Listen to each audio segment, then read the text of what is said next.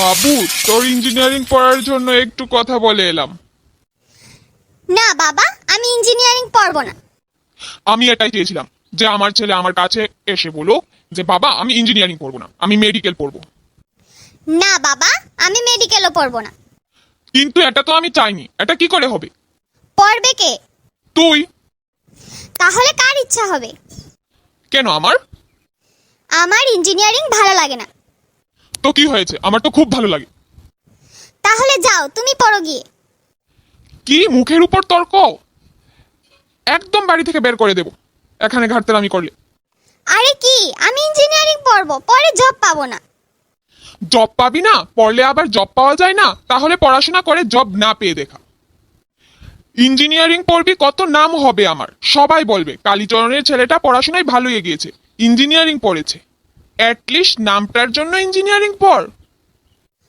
তো এটা তো তোমার নাম হবে। তো কি বাবার প্রশংসা সহ্য করা যায় না নাকি? তোর মাটার মতো হিংসুটে হয়েছিস তুই। হ্যাঁ, তারপর 4 বছর পর যখন বলবে কালীচরণের ছেলে বেকার। তো বললে বলুক, এমন যদি হয় আমি কয়েকদিন পর মারা যাব, তবুও তো শুনে যাব আমার ছেলে ইঞ্জিনিয়ারিং পড়ছে। এই 4 বছরের মধ্যে তো আমিও মরে যাব তাহলে। এই না, তুই মরবি কেন? তুই মরবি না। তুই 4 বছর পর ইঞ্জিনিয়ারিং কমপ্লিট করে মরবি। আমি ইঞ্জিনিয়ারিং পড়তে পারিনি টাকার অভাবে, তাই তোকে ইঞ্জিনিয়ারিংই পড়তে হবে। আর এখন যে কোনো নম্বরে ইঞ্জিনিয়ারিং এ চান্স পাওয়া যায়, টেনশন করিস না, তুইও পাবি। আমি জেনারেল ডিগ্রি কলেজে পড়বো।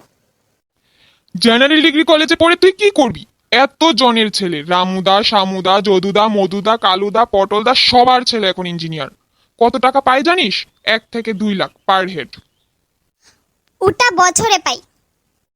চুপ কর তো, ওদের ছেলে পায় ওরা জানে না, তুই জানিস? জেনারেল ডিগ্রি কলেজে পড়ে তুই কত টাকা রোজগার করবি পার মান্থ? আমি ডিগ্রি কমপ্লিট করে তারপর বিএড করব। আর যদি বিএড করার পর টেট না পাশ করিস,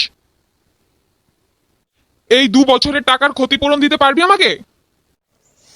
আচ্ছা বাবা, ঠিক আছে, আমি ইঞ্জিনিয়ারিং পড়বো। অ্যাটলিস্ট বলতে তো পারবো তোমার জন্য ইঞ্জিনিয়ারিং পড়েছি, তাই জব পাইনি।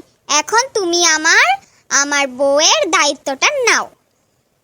তাহলে তোর সন্তানদের দায়িত্ব কে নেবে?